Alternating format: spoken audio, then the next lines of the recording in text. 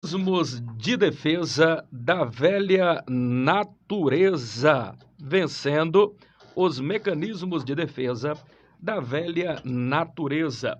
Os objetivos da nossa lição, aonde nós estaremos abordando aqui nesta noite, aqui juntamente com você, nesta noite abençoada aí de sexta-feira.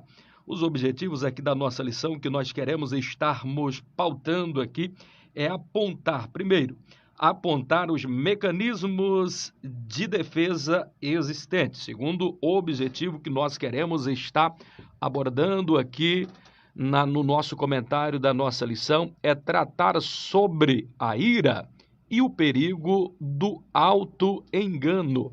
Segundo objetivo é explicar como a graça divina atua. Terceiro objetivo muito importante é explicar como a graça divina, ela atua. Queridos, vamos estar aí atentos, já vamos agora estar fazendo aqui a introdução. Você que nos ouve aí pela Rádio Paz FM 89,9, a Rádio da Família, uma rádio do Sistema Rio Bonito de Comunicação. Grande abraço aí a todos vocês de uma forma bastante carinhosa. Vamos aqui agora, já sem perca de tempo, para a nossa introdução aqui da nossa lição. Ponto 1 aqui da nossa lição, aqui na introdução, antecedendo, vai falar: a presente lição tratará dos mecanismos de defesa da velha natureza, citando os principais tipos. Em contrapartida, apontará a vacina da graça para tratar e vencer a velha natureza. Percebam que durante toda essa revista, e é importante nós estarmos aqui enfatizando uma coisa muito importante, é que essa lição ela vai estar abordando questões muito relevantes acerca do nosso comportamento, a respeito da nossa psique, da nossa personalidade, sobretudo com as características da nossa alma. Então, este tema aqui especificamente, como todo, ele vai estar abordando questões aí que estão contidas na alma, que estão temas relevantes a respeito da nossa personalidade, bem como também temas sempre correlacionados à nossa salvação. Hoje também não é diferente, vencendo os mecanismos de defesa da velha natureza. Ora, quando nós aceitamos a Jesus como nosso único, suficiente Salvador pessoal da nossa vida, nós nos tornamos ali uma nova criatura, nós nascemos de novo, estamos caminhando rumo agora ao céu. Evidentemente que nesta caminhada haverá muitos percalços, muitas dificuldades, muitas lutas, obstáculos a serem superados. Contudo, nessa nossa jornada, e a gente precisa destacar aqui que a vida ela é feita e constituída de momentos bons, momentos ruins, que quer queira ou não, o ser humano é obrigado a passar por ele. E evidentemente que a vida como que sendo uma gangorra, como que uma roda que está sempre girando, ora nós estamos lá em cima, ora nós estamos aqui um pouquinho mais embaixo, e a nossa personalidade ela vai sendo forjada ali, sobretudo o caráter nosso como cristão. E dentro dessa perspectiva, dentro dessa ótica aqui, quando nós estamos passando por momentos de dificuldades, momentos de luta, é importante nós termos as armas necessárias para poder enfrentar, né? E o interessante é que quando a gente fala de alma, quando a gente fala aqui de psique, se a alma ela é referente às nossas emoções, porque na lição passada, acho que talvez, não sei se me recordo se falei alguma coisa, mas precisaria até nós triscarmos aqui um pouquinho falando sobre corpo, alma e espírito. Como vocês sabem, corpo é tudo isso que nós temos aqui de matéria. Aquele barro que Deus formou ali, que nos formou da terra e nos soprou em nossas narinas um fôlego de vida. A partir dali que Deus soprou em nossas narinas, nós passamos a ter agora um corpo. E esse corpo, tal como nós estamos com ele aqui hoje, nós precisamos evidentemente cuidar, porque esse corpo é templo e habitação do Espírito Santo de Deus. Isto significa dizer que, além do corpo, nós ainda temos mais duas peças fundamentais dentro de nós, que é a alma e o espírito.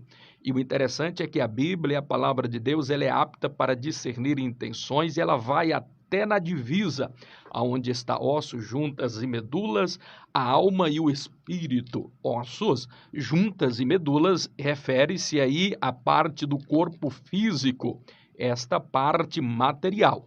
Agora, da característica do nosso ser, o nosso ser humano, nós temos aqui então a alma. E o que seria então a alma? A nossa alma é aonde reside os nossos pensamentos, as nossas emoções, os nossos sentimentos. Então, é a nossa psique, a nossa persona, a nossa personalidade. Logo, a nossa alma, ela pode ser corrompida. Como isso, pastor Eurípides? A alma pode ser corrompida, sim. Ela pode ser contaminada por sentimentos de raiva. A nossa alma, ela pode ser afligida por um sentimento egoísta. A nossa alma pode ser afligida por um excesso de muitas atividades, e aí vai acontecer algo de algum estresse, vem alguma ansiedade, existem alguns transtornos que são decorrentes aí da nossa alma por causa muito aí às vezes do estresse. Então hoje tem muitas áreas que a medicina já separou como patologia, então a alma ela precisa ser perfeitamente tratada, estudada, analisada. Então essa lição, o ano passado, não sei se vocês se recordam, alunos, o ano passado nós tivemos uma lição inteira falando sobre essas questões, sobretudo de transtornos da alma. Mas para a aula hoje, o que seria interessante nós estarmos abordando aqui, é que dentro da nossa alma, que é onde reside a nossa natureza, e a alma ela vai nos ligar com aquilo que é terreno, aquilo que nós sentimos de emoção. Por isso que a alma ela precisa ser tratada, a alma precisa ser curada, precisa ser restaurada. Logo, se o corpo é material, a alma é imaterial, que liga aquilo que é material, o que seria então o espírito? O espírito é a parte aonde nós comunicamos com Deus. A alma ela é eterna? Sim, a alma é eterna. O corpo é eterno? Não, o corpo não é eterno porque ele veio do pó e do pó ele retornará. Evidentemente que depois que Cristo vir arrebatar a igreja, os que morreram em Cristo ressuscitarão primeiro, e nesse ressuscitar, diz a Bíblia, que nós seremos transformados em um corpo incorruptível, ou seja, um corpo de glória. E se nós teremos um corpo de glória incorruptível, incontaminado, aí esse corpo, sim, incorruptível, nós poderíamos dizer que ele agora será eterno. Mas esse corpo físico, tal como nós temos ele hoje, ele é mortal, ele é finito, e logo ele terá um fim. Agora, se esse corpo glorificado não será eterno, se a alma ela é eterna, nós temos um espírito também que é eterno. E esse espírito ele volta para quem? Para Deus que o criou. Deus ele é o Pai dos espíritos. Perceba que a frase é dita no plural. Ele é Pai dos espíritos, porque todos os espíritos, todas as almas viventes pertencem a Deus, porque fora Ele que criara todas as coisas. Sobre o Espírito é importante dizer que é uma peça fundamental, porque Deus ele não vai falar com o nosso corpo, ainda que nós sejamos templo e habitação do Espírito Santo de Deus, e o Espírito Santo é Deus. Contudo, Deus ele não vem falar com o nosso corpo, ele também não fala com a nossa alma. Ele fala com o que então, pastor Eurípides? Ele fala com o nosso espírito, porque a Bíblia diz que Deus ele é espírito, e o Espírito de Deus comunica com o nosso espírito, comunica com o Espírito de Deus e testifica que nós somos filhos dele. Perceba que quando Jesus ele fala que vai chegar uma hora que os adoradores adorarão ao Pai em espírito e em verdade. E ele ainda diz, importa que os verdadeiros adoradores o adorem em espírito e em verdade. Por quê? Não se adora a Deus na carne, não se adora a Deus com a nossa razão, a nossa psique. Nós precisamos, primeiro, para adorarmos a Deus, precisamos nos desligarmos daquilo que é terreno e entrarmos em uma nova dimensão espiritual, O homem que não entender isso, ele jamais conseguirá ter um contato com Deus. Porque se Deus é espírito, nós não podemos adorá-lo na carne. Temos que haver uma preparação.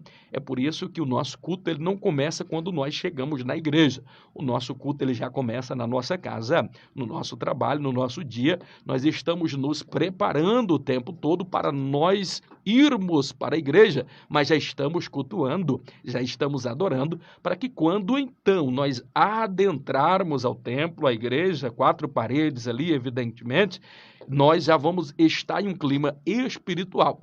E quando nós começamos a adorar nesse clima espiritual, preparado, muito bem adornado, quando a gente vai com a nossa mente preparada não para nós prestarmos atenção ou simplesmente assistirmos um culto.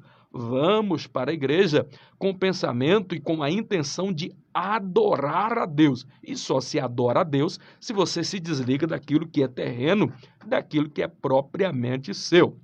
Louvado e engrandecido é o nome do Senhor Jesus, que vive e que reina para todo sempre. Feito aqui essa abertura, abrindo esse parêntese aqui sobre corpo, alma e espírito, vamos aqui agora, sem perca de tempo, já estar falando agora das defesas da velha natureza. O tópico 1 aí da nossa lição, as defesas da velha natureza. Deixa eu só tomar um copo com água aqui e vamos continuar. As defesas da velha natureza. Se não vejamos, para não ter que enfrentar a verdade, a natureza caída, ela constrói mecanismos de defesa para se proteger contra a ansiedade e o medo. Isso não muda a realidade das coisas, apenas modifica o modo de olhar os fatos. Tentando nos proteger, enganamos a nós mesmos a fim de que não tenhamos que mudar. Agora, o interessante aqui é que mais uma vida com Deus, se nós formos prestar bastante a Deus, prestar bastante atenção, ela exige transformação. E se nós estamos como que em uma metamorfose, e a metamorfose é o quê? Ela é a criação de, ou é um ser se tornando em outro ser. Para nós analisarmos, seria como que ali uma borboleta, porque a metamorfose ela é muito bem simbolizada. É exatamente essa ascensão, é a transformação de um ser em um outro ser.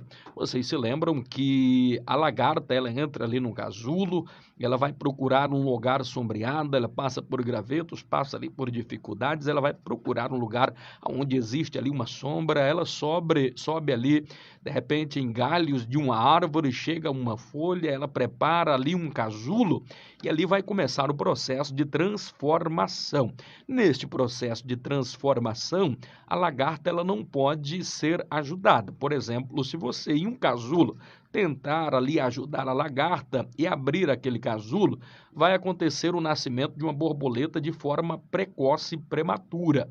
Então aquela lagarta que era feia, que era horrenda, que arrastejava-se pelo chão, depois ela vai se transformar em uma linda borboleta livre para voar, porque o nosso local aqui não é da terra, é no alto. A lagarta que estava ligada ao chão, rastejando, agora como borboleta ela voa.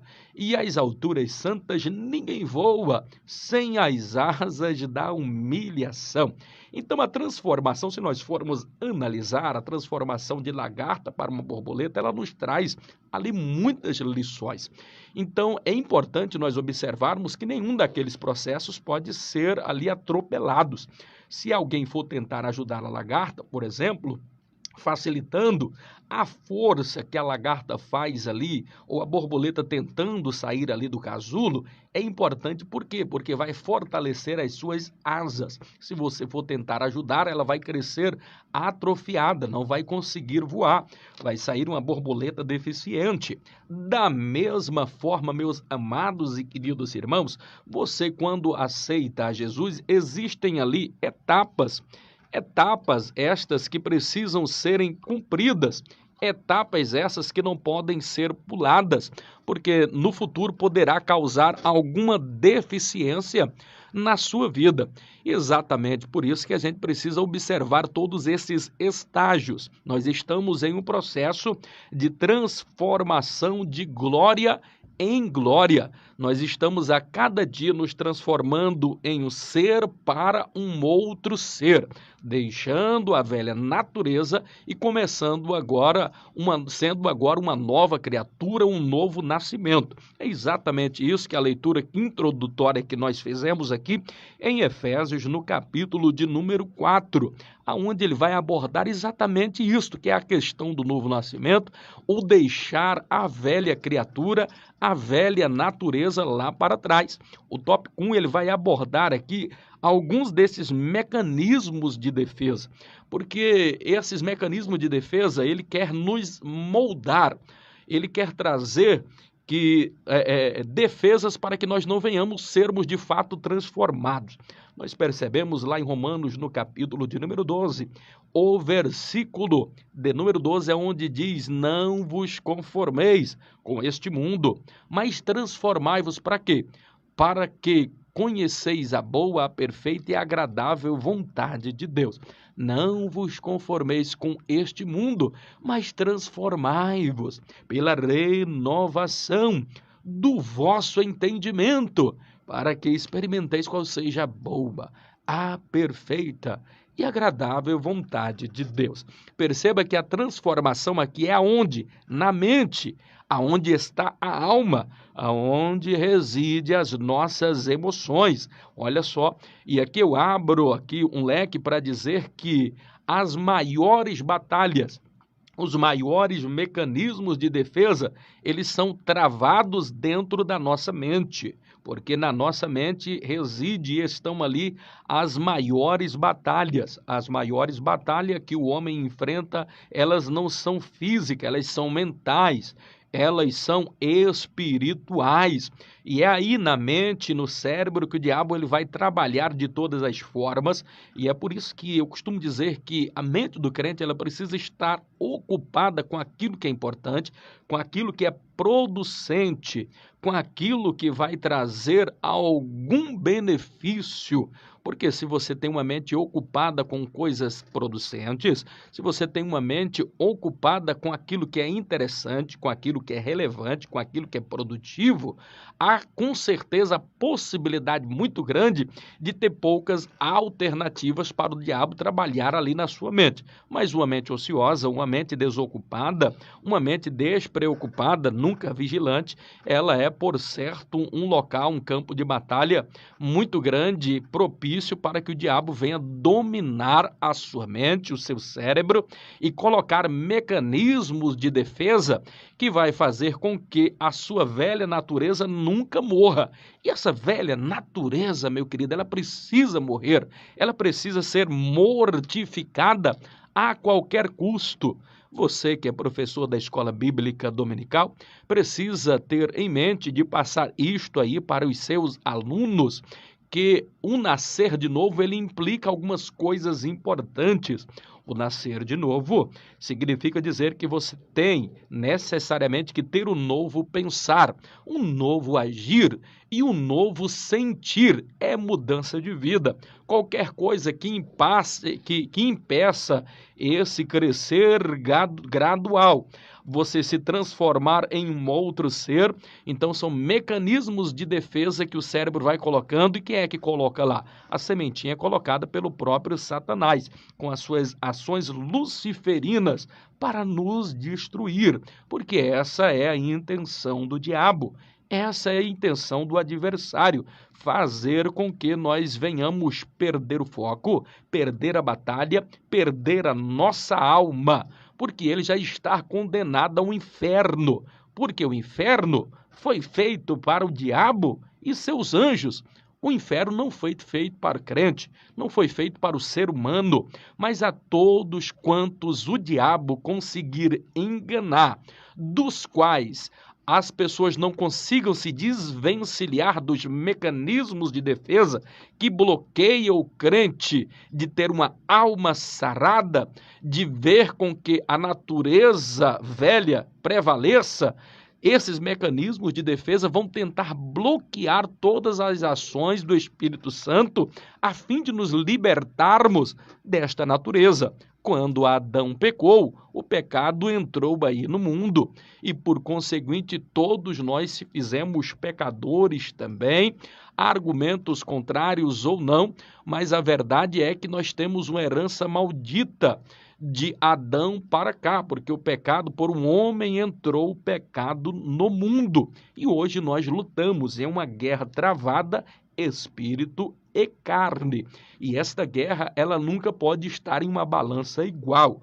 Ou nós somos espirituais ou somos mais carnais. Não dá para ficar no mesmo patamar.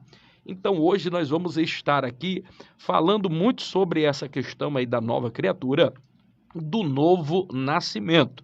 Considerando aqui, dentro deste tópico que nós estamos falando aqui, a defesa da velha natureza. 1.1 vai falar aqui destes mecanismos de defesa. O homem, ao trocar a verdade de Deus pelas mentiras de Satanás, foi formado um espírito de quê? De mentira. E o interessante é que o diabo ele é pai da mentira. O diabo ele é mestre em falsear a verdade, em transformar o amargo como sendo doce. Ele é perito, meus amados e queridos irmãos, porque ele é muito sutil. Ele entra com armas e ele tem um ardil terrível. E ele já tem um entendimento de mais de 6.000 anos, há quantos mil anos atrás, que está aí apenas estudando de noite e de dia, porque o diabo não dorme. Então ele tem uma experiência, consegue entender e compreender melhor do que ninguém as fraquezas do homem, o ponto fraco do homem, aonde o homem pode errar e aonde o homem pode falhar. O interessante é nós observarmos aqui, nos atermos, que nós não podemos de forma nenhuma nos aliarmos a esse tipo de pensamento, tentando forjar a verdade, tentando se camuflar, tentando ser uma pessoa que você não é. Se você não confrontar o seu eu, se você não confrontar a sua velha natureza, você está fadado, por certo, ao fracasso. Está fadado, inclusive, a ser uma presa muito fácil do diabo. Então, aqui no 1.1 ele vai falar a respeito dessa questão. No 1.2, a negação da mentira. Como seria essa negação da mentira? O caso de Ananias e Safira, por exemplo, ela vai ilustrar muito bem a gravidade desta questão. Vocês perceberam naquele ponto específico? É que, interessante, Safira e Ananias, eles se transvestem e eles vestem uma roupa de caridade. Tão bonito. O que eles vêm fazer? Eles vêm trazer o dízimo. Ele vem trazer a oferta, e tão bonito, tão maravilhoso, que coisa maravilhosa, né? Tem pessoas, queridos, que é dessa forma, ele tem uma aparência de caridade, por fora é uma bela viola, mas por dentro ele é um pão bolorento, ele não consegue, na verdade, de forma nenhuma, ele não consegue de jeito nenhum transformar o ser de alguém para uma coisa boba. E interessante é que alguém, ele nunca conseguirá, sendo falso, ser falso a vida inteira. Em algum momento ele vai se trair, alguma coisa ele vai fazer que vai denunciar a sua velha natureza. Mas o diabo, ele é perito em transformar essas questões de falsear a verdade. Vocês já perceberam? Tem muitas pessoas, e às vezes eu costumo observar, não é sempre, a gente não tem a oportunidade, e a vida é tão corrida, e tem tanta coisa, e eu sinceramente, é tanto lixo que passa nos jornais, nos programas, que não dá para você se deter muito tempo, é contraproducente. E você vai analisar muitos quadros, por exemplo, de uma aparência muito bonita, de alguém fazendo ali uma boa ação, é um jogador de futebol, é um grande empresário, é alguém da mídia, é um ator muito famoso, uma atriz muito famosa, que vem ali muito bonito e vem trazer um dinheiro para salvar a Amazônia, é alguém que vai trazer ali, vai tentar mudar a vida de alguém lá no meio da favela, e é tudo isso muito bonito, uma ação muito maravilhosa, e não tem alguma coisa de errado com isto, pastor, e pelo amor de Deus, isto é maravilhoso, uma boa ação. O que eu sou contra é porque parece que às vezes você está percebendo que o ser humano, a pessoa está fazendo aquilo por mídia, está querendo jogar para a galera, está querendo chamar a atenção, uma jogada de marketing, e você começa, será que isso aí é verdade? Será que ele é bonzinho assim? Aí daqui a pouco começa a vir as notícias, o camarada é uma pessoa de uma índole perversa, é um ser humano ruim que não respeita o próximo, é alguém que é intratável no meio familiar, entre os amigos ninguém o suporta, mas diante da mídia está tudo bonitinho, é aquele politicamente correto, aquela coisa tão maravilhosa, tão bonitinho, e não existe ninguém perfeito não. Eu tenho muita preocupação com quem quer passar a imagem de santarrão demais, crente demais, quer passar ali uma imagem. Não que nós não devamos ter cuidado, pelo amor de Deus, é importante, é necessário, e nós precisamos entender que nós devemos mostrar o nosso interior com o nosso exterior de uma forma muito importante, cuidando dele nos mínimos detalhes. Mas o que eu estou querendo dizer é que não importa se por fora está bonito, não tem para Deus nenhum significado se a tua aparência é perfeita, mas se dentro tu é um sepulcro caiado. O crente primeiro ele ressuscita de dentro, para depois ressuscitar para fora. O crente, ele precisa primeiro interiormente, lá dentro, é dentro do ser, é curando a alma, é curando o interior, é primeiro curando aquilo que está dentro, curando as feridas, curando as mágoas, porque se você é tratado, se você é curado, se você tem um ser limpo, regenerado, e transformado, meu amado e querido irmão, você pode ter certeza que o seu exterior vai estar demonstrando isso. Agora o que eu estou falando é a questão da pessoa por fora, ele engana, está tudo muito bonitinho, está tudo tão formoso, mas na verdade ele está só falseando. E entenda, ele só está adiando um passo para o abismo, porque se ele nunca mudar, se ele continuar neste erro, se ele continuar nesta vida, ele está fadado a cair no precipício, ou seja, direitinho para o inferno, sem direito à volta. É por isso que enquanto há vida, há esperança. E enquanto há vida, nós precisamos nos arrependermos, porque depois da morte segue-se o juízo. Então fica a dica aqui, nós termos cuidado com essa negação aí da mentira, negando e tentando trazer uma aparência muito bonita, quando na verdade o seu interior é um sepulcro caiado. Percebam que Safira e Ananias tentaram enganar. O que aconteceram? Morreram. Olha só que coisa difícil. E aquele também que não deixa tratar o seu ser, que vive falseando a verdade, que nunca se arrepende de fato, que pede perdão da boca para fora, que fala coisas bonitas, a sua oração até arrepia, mas por dentro ele não tem nenhum desejo de mudança, nenhum desejo de transformação. Infelizmente, querido, este daí, o fim dele é como de Safira e Ananias. Se não morrer agora de um ataque de um coração fisicamente, está morrendo espiritualmente. E muitos já estão mortos espiritualmente. E se a pessoa chegou ao ápice de ter uma morte espiritual, fica muito mais difícil ressuscitar. Não deixe para se arrepender hoje, não deixe para se arrepender amanhã, não deixe para se arrepender depois de amanhã. Arrependa hoje, se transforma hoje. Esse é o tempo, essa é a hora. Escolhei hoje a quem você quer servir, se a Deus ou a Satanás. 10h46, vamos estar aqui agilizando um pouquinho mais da nossa lição. Vamos agora para 1.3 aqui da nossa lição, que ela vai estar exatamente dando uma sequência daquilo que nós estamos falando. 1.3, ele vai falar da camuflagem.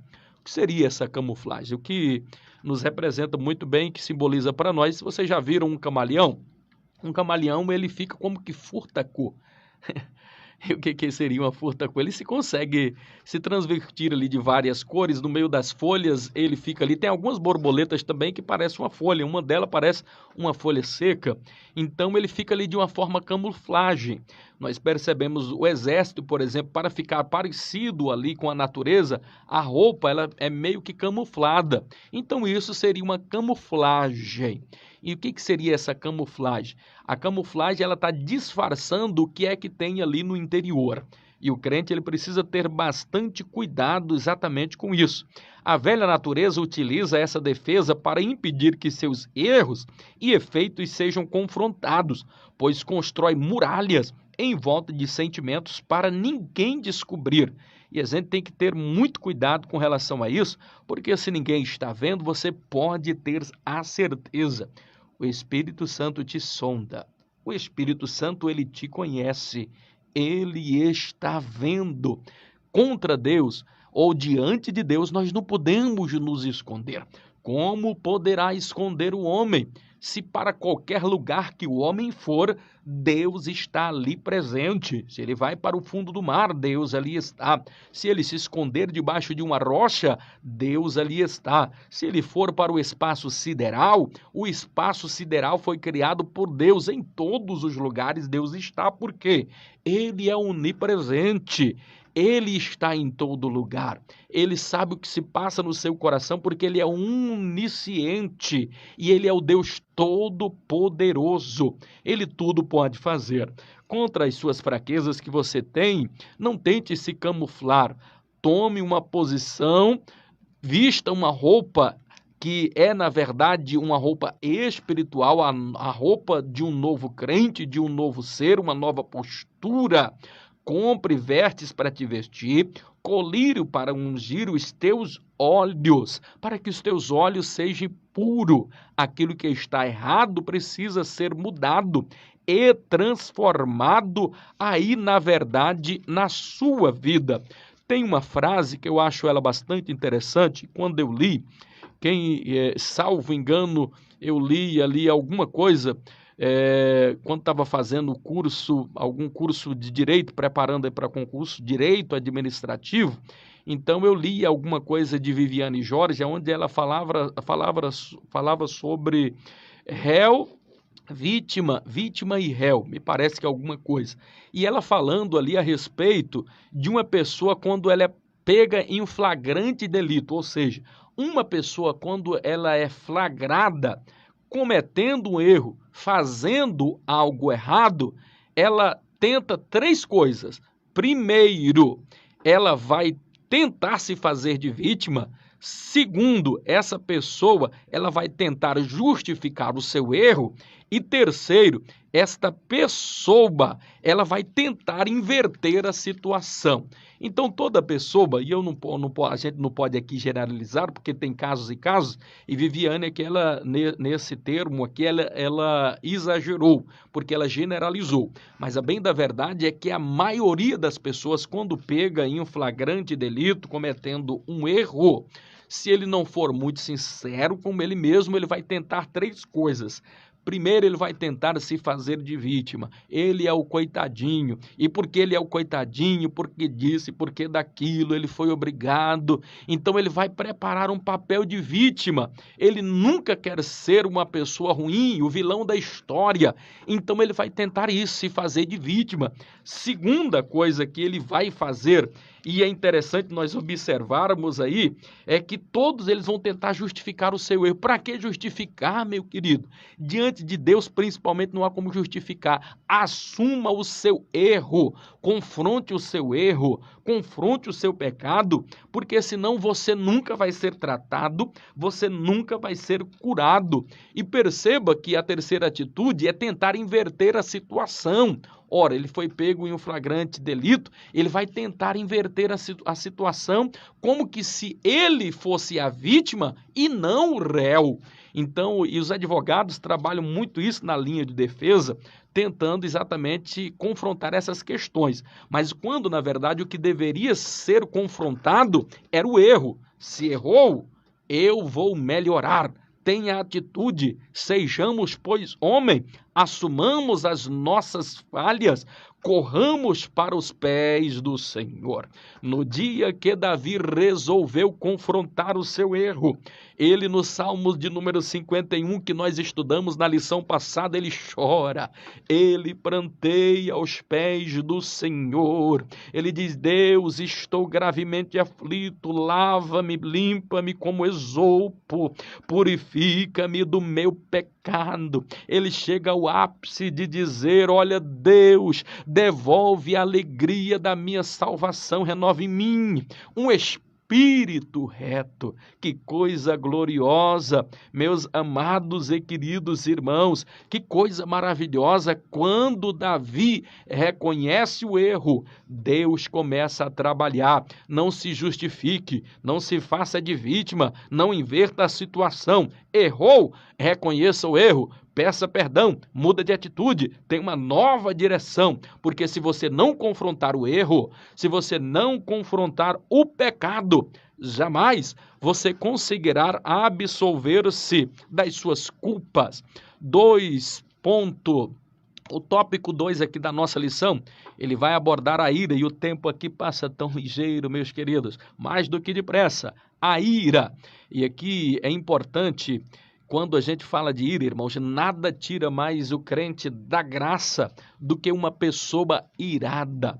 É por isso que a Bíblia ela é bastante enfática em Efésios, no capítulo de número 4, e o versículo de número 26, onde diz: ireis, mas não pequeis, santos, amados do Senhor. Você pode até irar, mas pelo amor de Deus não peque. Ireis, mas não pequeis, porque na ira opera a condenação. Na ira vai acontecer muitas coisas que vão lhe tirar da presença de Deus. Porque a Bíblia diz: bem-aventurado que os pacificadores, porque eles serão chamados filhos de Deus. Verso 11 ou verso 9 de Mateus capítulo 5. Você vai observar que Jesus ele é o príncipe da paz. Porque para termos paz não podemos ficar irado. Temos que ser uma pessoa pacífica. Perceba, o ser humano ele tem a tendência de ficar muito irado. E por que nós ficamos irados? A maioria das vezes, querido, vamos ser honestos, tem pessoas que nos roubam a paz mesmo. Tem pessoa que vai nos explorar até o limite. Ele nos testa a paciência, ele vai nos testar o nosso autocontrole. E o diabo ele é perito nisso, porque nada nos tira mais da presença de Deus do que às vezes nós irarmos, né? E às vezes alguém está dizendo: não, mas é uma ira santa. Não, cuidado, que esse negócio de ira santa, muito poucas vezes essa ira vai ser santa, vai ser da carne mesmo, irmão. Tenha bastante cuidado. Então, quando alguma coisa acontecer que extrapolar, respire, pense direito. E eu costumo dizer que para você ser abençoado, nunca tome nenhuma decisão embaixo de confusão. Por quê? É a Bíblia quem diz. Em 1 Coríntios, no capítulo de número 14, o verso de número 33, ele vai dizer da seguinte forma, que Deus não é Deus de quê? De confusão, e sim um Deus de paz. E ele vai completar Paulo ali dizendo que todas as igrejas de Deus também assim o são. Ora, então se tem alguém que não busca paz, que não quer paz, então essa igreja não é de Deus, ela está sendo usada pelo diabo, é o que o texto diz aqui.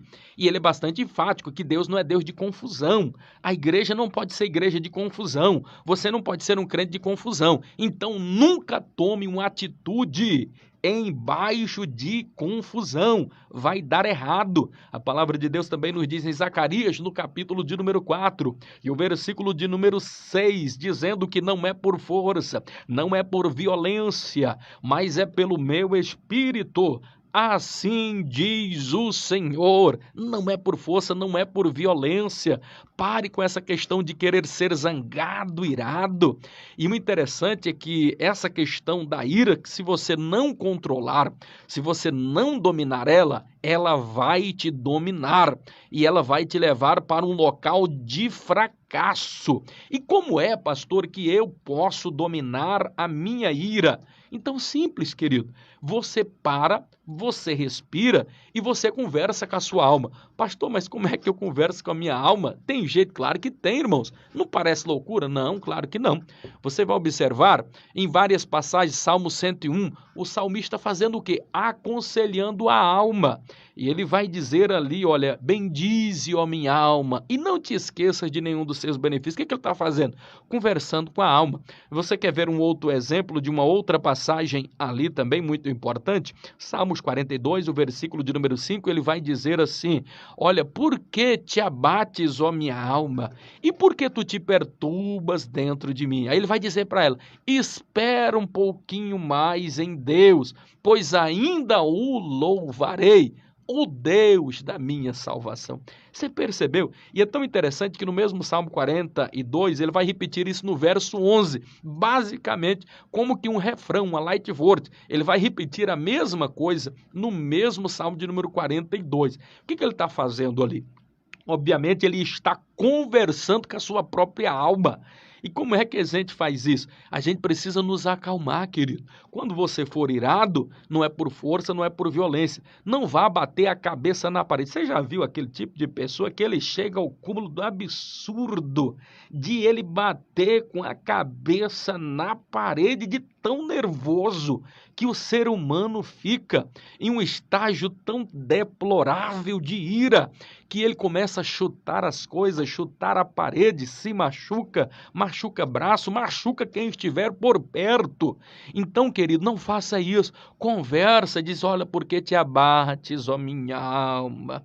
Por que é que você está tão perturbada? Espere em Deus. Se está difícil, querido, espere em Deus. Ele tem a solução, ele pode resolver o teu problema. O que está difícil agora para se resolver, maior do que esse problema é Deus para resolver. Aprenda a esperar e a descansar no Senhor.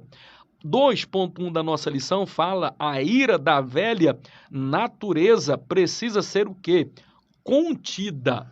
Isso é muito sério. Se você não conter a ira da sua natureza, você vai entrar em fracasso, querido. Então, isso é tão verdade e a gente precisa trabalhar muito isso, porque uma pessoa irada, a tendência é odiar o seu irmão. E a gente não pode irar contra o irmão, não pode se encolerizar contra o nosso irmão. Mateus, no capítulo de número 5, verso 22, salvo engano, ele vai falar a respeito disso. E aqui eu abro até um parêntese, porque eu já vi muitas pessoas lendo aqui e tem aqui um pequeno equívoco e eu vou falar para vocês a respeito disso. E vai cair aqui muito bem dentro da nossa lição. Então, aqui a passagem, principalmente na versão de King James, Rei Tiago, por volta de 1560, por ocasião ali da tradução, ali da versão King James do Rei Tiago, onde 19 grandes filósofos se reuniram para traduzir a Bíblia. Então lá eles vão traduzir da seguinte forma, e está lá dizendo assim, qualquer que se irar contra o seu irmão, sem motivo, ele será réu de quê? De juízo. Perfeito? Não. Temos um erro aqui. E qual que é o erro, pastor Eurípides? É o de irar? Sim, irar, claro que está falando aí de qualquer jeito que não pode irar. Mas eles colocaram um termo aí que, na maioria das versões, agora já foram corrigidas. No original, o qual que está acrescentando aí? É o sem motivo. No original não existe esse termo sem motivo. E por que é que ele foi colocado ali? Teve uma razão, teve um objetivo, porque os 19 filósofos que ali estavam reunidos para traduzir a Bíblia, nesta ocasião, o que acontece? Eles perceberam que Rei Tiago, ele tinha uma ira muito grande contra o seu irmão, e essa ira já perdurara por mais de 10 anos. O irmão fora banido do reino, porque ele levantou uma sedição contra o rei Tiago e havia entre eles um ódio mortal. Ao perceber isto daqui, o que os filósofos fizeram? Ora, como é que nós vamos resolver esse problema? O rei Tiago tem ojeriza, odeia, é encolerizado, não pode nem falar o nome dele, está banido do reino.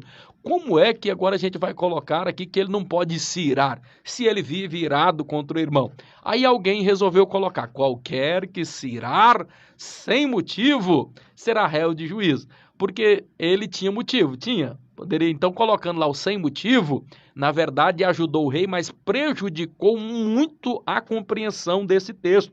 E por que prejudicou? Porque está dizendo que se eu tiver motivo, eu posso me irar contra o meu irmão. Não, não existe razão, não existe motivo para você se irar. E por que é que nós não podemos nos irar? Porque a palavra de Deus, em 1 João, no capítulo de número 3 e o verso de número 15, salvo engano, ela vai dizer da seguinte forma, que qualquer que odeia o seu irmão é homicida.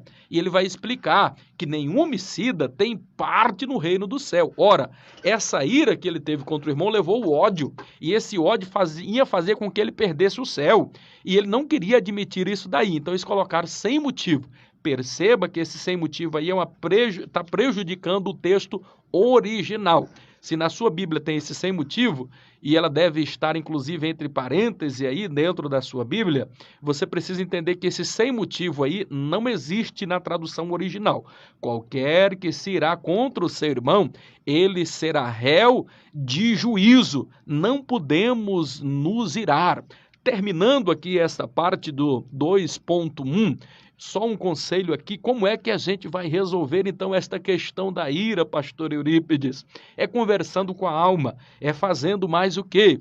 Em vez de trazer uma palavra poderosa no sentido de raiva, de ira ou de rancor, por que você não tenta ter uma atitude mais branda? Nos Salmos, no capítulo, ou Salmos de número 16, e o verso de número 24 é inclusive ali algo muito importante que você pode fazer, porque está dizendo que a palavra branda, ela vai desviar o furor. Contudo, a palavra dura, ela vai suscitar o quê? Ira. E a ira vai trazer o ódio vai trazer contenda, e esse ódio pode inclusive lhe tirar o reino do céu, porque nenhum homicida tem parte no reino do céu. Cuidado, nós observamos e vemos também na palavra de Deus, Provérbios 18:1 vai dizer que a morte e a vida estão no poder da língua. Provérbios 15:1, a palavra branda, ela vai suscitar ira, mas eu até citei errado, é porque é Provérbios, na verdade, 15:1, que a palavra branda, ela desvia o furor, mas a palavra dura, ela suscita ira. A passagem que eu quis me referir é uma outra também que ela é interessante, porque ela vai falar a respeito disso, só que em Provérbios, no capítulo 16, e o verso de número 24, onde dizendo que palavras agradáveis são como favos de mel, doce para a alma e medicina para o corpo. Você perceberam que uma palavra agradável, ela é como favo de mel, ela vai adoçar a sua alma, vai tornar a sua alma doce, não amarga. E o mais interessante é que essa palavra agradável, ela vai trazer para a sua vida e para a vida de quem está ouvindo saúde para o corpo, porque é medicina para o corpo. Viu que coisa gloriosa, maravilhosa? Uma palavra branda, uma palavra agradável, ela sempre vai trazer conforto, consolação. Em vez de uma palavra com rancor, uma palavra irada, tente transformar essa palavra de rancor em uma palavra agradável, em uma palavra branda, em uma palavra pacífica, porque é aí que Deus vai operar, porque na ira Deus não pode operar na nossa vida, querido.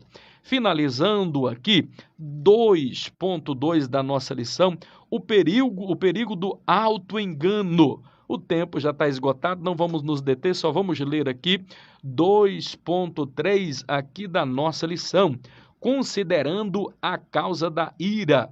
2.3 da nossa lição, considerando a causa da ira.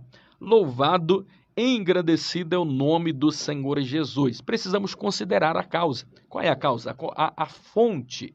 O que originou Qual foi o motivo da minha ira? Tiago ele vai apresentar aqui, inclusive, algumas questões que elas são importantes para suscitar essa ira, e elas são colocadas aqui como fontes aí, o nascedouro da ira.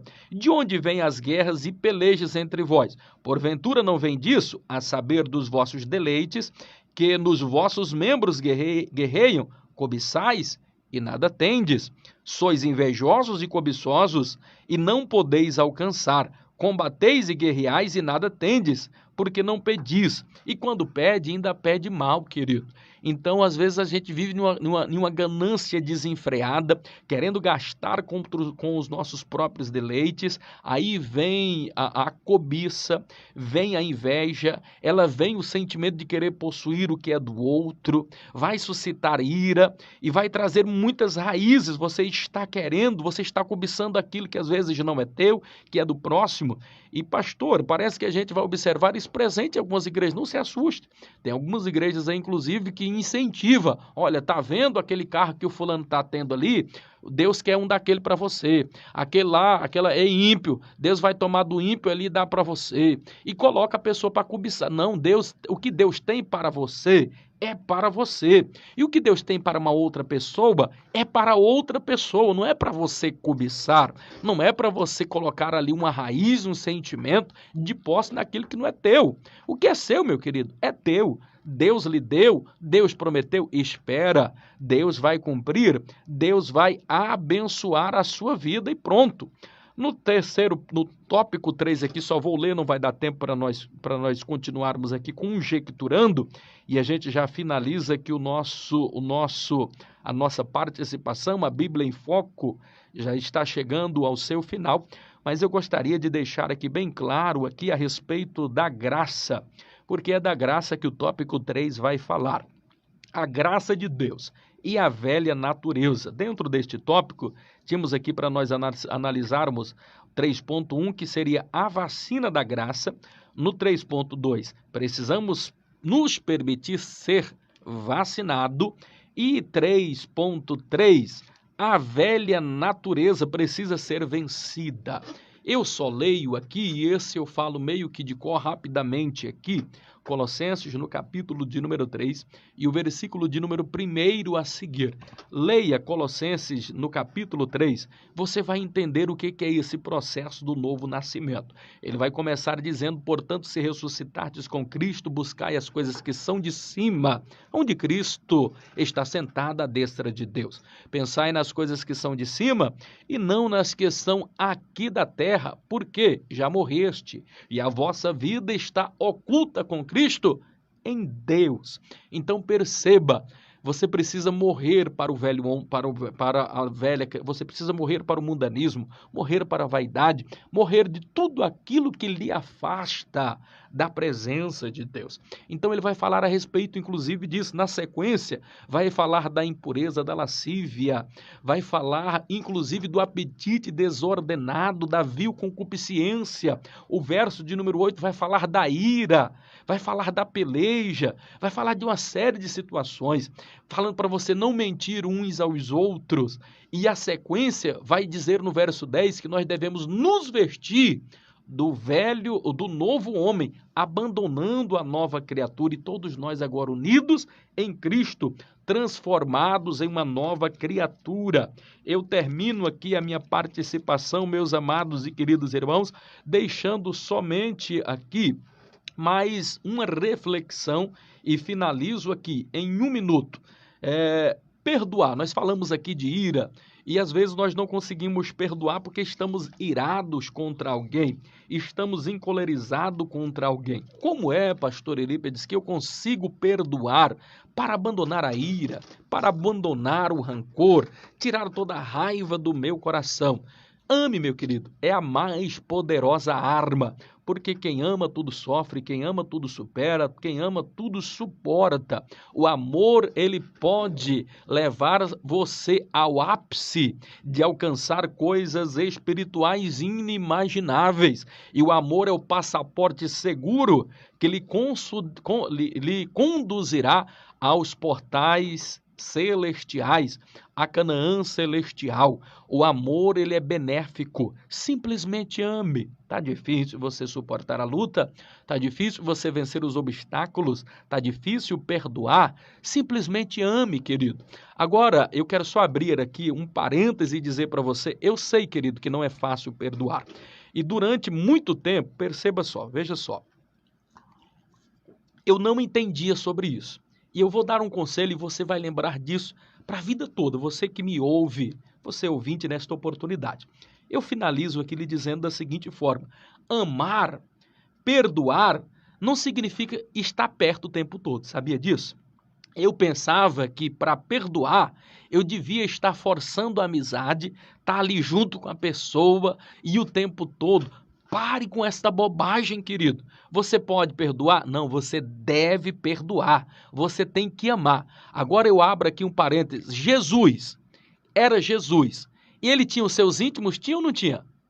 Jesus, ele não tinha os 13 apóstolos? Tinha, mas era uma grande multidão que o acompanhava. Dessa multidão saiu dali 70, que é a comissão dos 70. Destes 70 nós vamos observar que vai sobrar apenas 13. Desses 13 vai sobrar apenas 3, que é Pedro, Tiago e João. E a Pedro e a Tiago e João, Jesus mostrava e falava coisas que para os outros ele não falava. E o interessante é que quando ele queria falar para Pedro, Tiago e João, ele se afastava dos demais, ia contar só para ele. Mas dentro desses 3 tinha um que Jesus ainda amava mais. Quem era? João, o discípulo a quem Jesus amava. Então Jesus, que é Jesus, ele tinha grau de intimidade.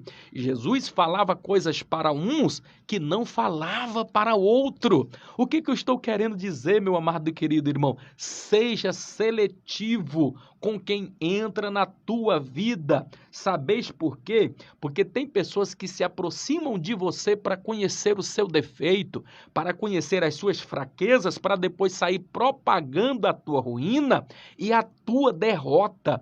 Tem muitas pessoas que estão do teu lado que não são teu amigo e você não sabe. Tem pessoa que você traz para perto de você que está maquinando contra você. Você vai odiar esta pessoa? Não. Você precisa amar, respeitar, mas você não precisa estar perto. Então, se você sabe que uma pessoa lhe calunia, se ela lhe persegue, ame. Você vai brigar, você vai ter... Não, você vai orar, diga: Deus, transforme aquela pessoa, transforma aquela vida, que aquilo que ela enxergue em mim de mal, ela possa realmente se converter desse erro dela e conhecer o meu interior. Ore pela pessoa, querido, mas não queira esse tipo de pessoa perto de você. Selecione quem precisa andar perto de você. Você precisa perdoar, você precisa amar, mas não precisa estar perto, falar das suas intimidades, abrir o seu coração para quem não lhe ama, para quem não lhe respeita, para quem não quer o seu bem. Você tem que amar, perdoar, mas não precisa colocar debaixo da asa, dentro da tua casa. Tem muito cuidado quem você coloca dentro da sua vida, dentro da sua casa. A natureza do velho homem está presente. As pessoas vão tentar acabar com a tua vida, vão tentar destruir a tua vida se você trazer alguém para perto de você que não seja seu amigo de fato. Selecione as pessoas que estão perto de você, que podem estar perto de você. Abra o seu coração, abra a porta da sua casa em quem você realmente acredita, em quem lhe ama, lhe admira e lhe respeita, que vai lhe acrescentar como ser humano, que torce por você, que ama por você, que ora por você, que paga o preço por você. Aquele seu amigo que é amigo só na época de bonança, aquele seu amigo que você diz: vamos orar, ele diz: não, vai nessa tua força, ora, eu vou orar por você, Deus é contigo. Que Deus é comigo, meu irmão? Eu sei, eu estou querendo saber se você, meu amigo, é comigo também. Se você quer orar comigo, você quer pagar o preço, amigo que é amigo, ele paga o preço. Ele está contigo no momento de bonança, mas ele também está no momento de dificuldade. Seleciona, querido, pessoas que acrescentem. Até Jesus, ele só investe aonde tem retorno. Invista onde vai trazer retorno para você. Vai lhe acrescentar como homem, vai lhe acrescentar como mulher, vai lhe acrescentar como cristão. Olha com quem você anda, olha as suas companhias. Seleciona, querido, e a tua vida vai mudar. Fica firme, trabalhe o teu interior, trabalhe o seu coração, seja uma nova criatura, regenerada, transformada. Abra o seu coração mais para Deus, menos para as pessoas. Existem sonhos que só Deus está preparado para ouvir. Que Deus lhe abençoe nesta noite de uma forma toda especial. Nós estamos finalizando aqui agora a Bíblia em Foco. Grande abraço a todos os nossos irmãos que nos ouvem aí pela Rádio Paz FM, os nossos irmãos que nos acompanham pelo YouTube agora também, os irmãos que nos acompanham agora pelo Face, a todos vocês, um grande abraço, tenham todos uma noite abençoada na paz do Senhor Jesus. No próximo ou na próxima sexta-feira vamos estar aqui com vocês na Rádio Paz FM 89,9, a Rádio da Família, uma rádio do Sistema Rio Bonito de Comunicações. Grande abraço a todos!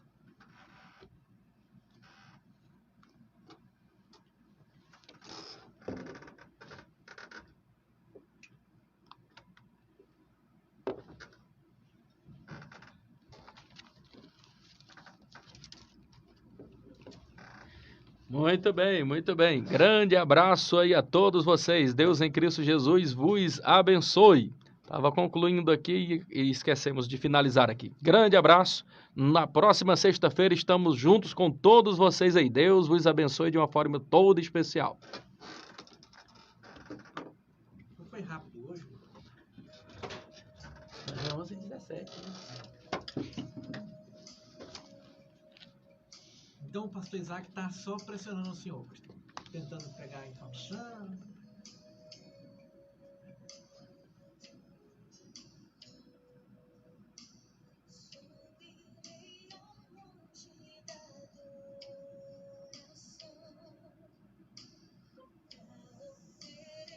Pronto.